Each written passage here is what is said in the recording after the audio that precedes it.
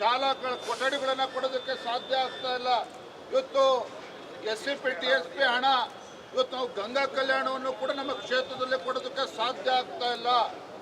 ಒಂದೇ ಮಾತಿನಲ್ಲಿ ಹೇಳಬೇಕು ಅಂತ ಹೇಳಿದ್ರೆ, ಕಾಂಗ್ರೆಸ್ ಪಕ್ಷದ ಆಡಳಿತ ಪಕ್ಷದ ಶಾಸಕರು ರಾಜು ಕಾಗೆ ಅವರು ಹೇಳಿರ್ತಕ್ಕಂಥದ್ದು ಸತ್ಯ ಇದೆ.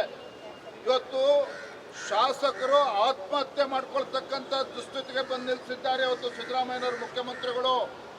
ನಿನ್ನೆ ದಿನ JDS ಮತ್ತು BJP ಪಕ್ಷದ ಶಾಸಕರು, ವಿಧಾನ ಪರಿಷತ್ ಸದಸ್ಯರು ಈ ಬಜೆಟ್ ಅಲ್ಲಾದರೂ ಕೂಡ ನಮಗೆ ಹಣವನ್ನು ಕೊಡಿ ಅಂತ ಹೇಳಿದ್ರೆ, ಇವತ್ತು ಗ್ಯಾರಂಟಿಗಳು ಕೊಟ್ಟಿದ್ದೇವೆ ಅಂತೇಳಿ ಇವತ್ತು ಅಹಂಕಾರದಿಂದ ಮುಖ್ಯಮಂತ್ರಿಗಳು ಉತ್ತರವನ್ನು ಕೊಟ್ಟಿದ್ದಾರೆ.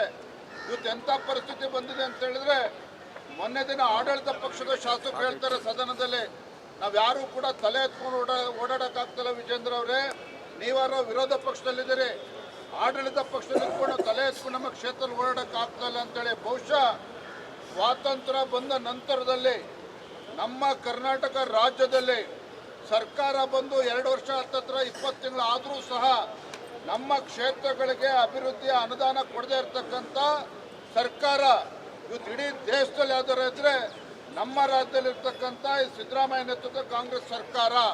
ಹಾಗಾಗಿ ಇವತ್ತು ನಾವು ಆಗ್ರಹವನ್ನು ಮಾಡ್ತಾ ಇದ್ದೇವೆ, ಮಾನ್ಯ ಸಿದ್ದರಾಮಯ್ಯನವರೇ, ನೀವು 16ನೇ ಬಜೆಟ್ ಮಂಡನೆ ಮಾಡ್ತಾ ಇದ್ದೇವೆ ಅಂತೇಳಿ ಏನು ಆಕಾಶದಲ್ಲಿ ತೇಲಾಡ್ತಾ ಇದ್ದೀರಿ.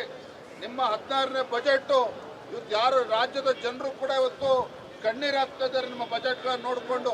ಇವತ್ತು ಆಗ್ರಹ ಮಾಡ್ತಾ ಇದ್ದೇನೆ, ಈ ಬಾರಿ ಆದರೂ ಸಹ ನಮ್ಮ ಕ್ಷೇತ್ರಗಳಿಗೆ ಅಭಿವೃದ್ಧಿಗೆ ಹಣವನ್ನು ಕೊಡಬೇಕು. ಏನು ನಮ್ಮ ತೆರಿಗೆ ನಮ್ಮ ಹಕ್ಕು ಅಂತೇಳಿ ನಾಟಕ ಮಾಡೋದ್ರ ಡೆಲ್ಲಿಗೆ ಹೋಗಿ ಇವತ್ತು ಶಾಸಕರನ್ನ ಬೀದಿಗೆ ತಂದಿಟ್ಟಿದ್ದೀರಿ.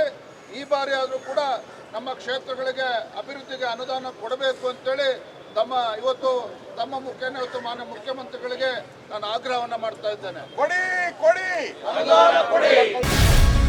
ಗ್ಯಾರಂಟಿ ನ್ಯೂಸ್, ಸುದ್ದಿ ಖಚಿತ, ನ್ಯಾಯ ನಿಶ್ಚಿತ.